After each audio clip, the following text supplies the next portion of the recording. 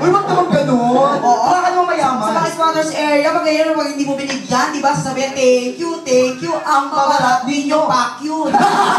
Di may mura talaga?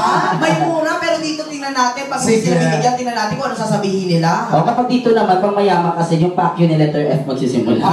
Alam nyo na ha, walang bibigyan. Hindi kayo bibigyan.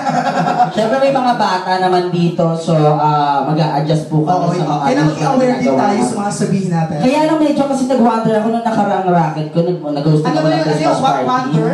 Ay, nag-wonder ako. Okay, sige. Ako kasi nga nung nakaraan, sabi ko may mga bata, sabi ko, so magpapasitabi lang po ako, hindi ko lang po babanggitin yung mga bastos kasi may mga bata po. Totoo. Hindi po ako mumura kasi may mga bata po dito. Tapos sumigaw isang bata, tara na, uwi na tayo para may naabangan ko.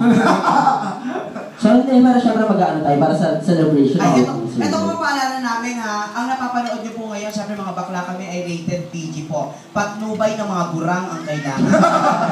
Kaya yung mga gurang natin kaibigan dyan, patnubayan nyo po ang mga batang nanonood. Justin! Awit muna ba kayo dyan, mga bata? Teka, awit muna tayo bago sila. Sige. Okay lang ba? Kamusta na ba? Nakakaya naman sa inyo. Hindi, relax na kayo. Magbibigay na kami ng isang masayang song. Tapos, anong pangalan ng